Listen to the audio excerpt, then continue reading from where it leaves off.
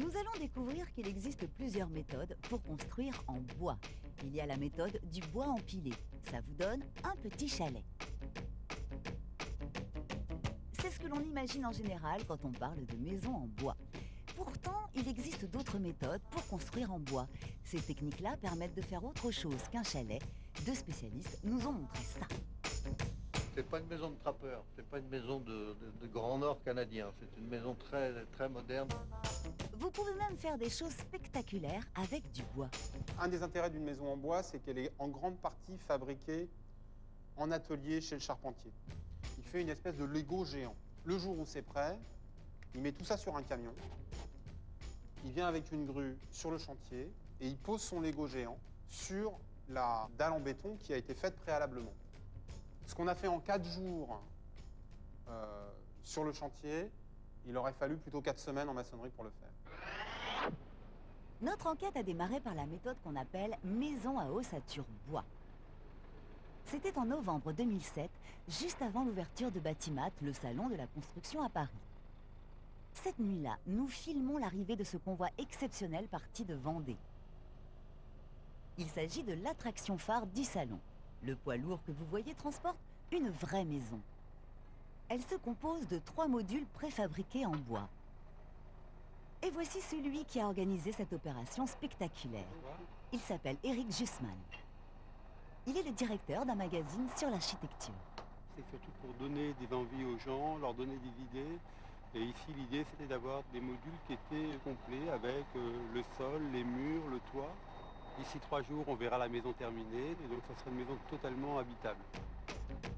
3 jours plus tard, pour l'ouverture, la maison est totalement aménagée. Il y a un vrai living, avec l'organisateur à la télé, une vraie cuisine, une vraie chambre et une vraie salle de bain. Et la foule se presse déjà pour voir ça. Ensuite, nous rencontrons les charpentiers qui ont fabriqué cette maison en bois dans leurs ateliers en Vendée.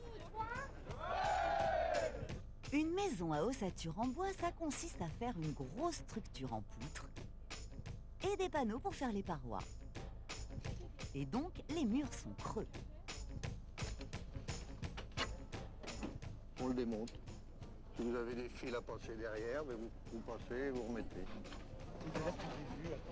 On va vous faire voir la conception du mur. C'est un mur entièrement naturel. C'est composé d'un panneau et rempli de laine de cellulose. Là, on voit la vue extérieure du mur. Et derrière ce bardage, on a un pare-pluie traité anti-UV. Et toute la maison est faite sur ce modèle. En dessous, c'est des planchers tout en bois. Fabriqués de la même façon que les murs, sauf que c'est mis horizontalement au lieu de verticalement. Et c'est un peu plus gros pour des questions de résistance. Du sol au plafond, tout est en bois. Notre patron menuisier vous vend la même, si vous la voulez, pour 170 000 €. Et d'après nous, il devrait avoir des clients, car lors de l'expo, l'architecte était très sollicité. Mais il répond à des questions. Oui.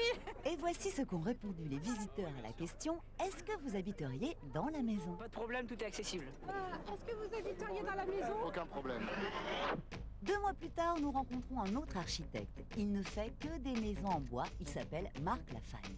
Ok, donc 5 semaines. Ce jour-là, il y a une réunion de chantier avec le propriétaire. Vous ne pourrez pas trop retravailler. On fait une fenêtre ou pas là-haut? On n'a pas décidé encore. Ouais. Ouais, on n'a pas encore décidé. Ouais. Je vais aller voir là-haut, moi j'ai pas vu la pièce terminée là. Bon, bah là il y a juste cette affaire. Ici, l'architecte a opté pour une autre solution, bien qu'elle soit arrivée aussi par camion. Il ne s'agit pas d'une ossature bois avec des poutres qui supportent l'édifice, mais d'un autre procédé. Les murs sont pleins, ils sont en bois massif. L'intérêt de ces panneaux de bois massif, c'est qu'ils servent à la fois de mur, extérieur ou intérieur, porteur ou non porteur, donc de cloison. Ce qui est intéressant surtout sur ces maisons-là, c'est d'avoir des panneaux de structure qui peuvent être très fins et qui sont eux-mêmes très isolants. Le seul bémol, c'est que le bois massif coûte plus cher. Le propriétaire déboursera au total 280 000 €. Mais pour l'instant, il a l'air conquis. Vive la maison en bois, oui. Ça attire beaucoup les regards, c'est sympathique. Sinon, c'est vrai que c'est très agréable de voir que ça se construit d'une manière assez rapide. C'est assez impressionnant. Et, Une fois que les fondations une sont fois faites. que, oui, une fois que le charpentier commence à attaquer, Nous conclurons notre enquête en disant que ces deux méthodes de construction nous ont paru intéressantes. Même si l'élévation des murs est très rapide, le reste des travaux prend autant de temps qu'une maison traditionnelle. Mais au finish, une maison en bois, ça a l'air béton. C'est très solide une maison en bois. On peut donner des grands coups de pied dedans, elle ne bouge pas. Les plus vieilles maisons d'Europe, elles sont en bois.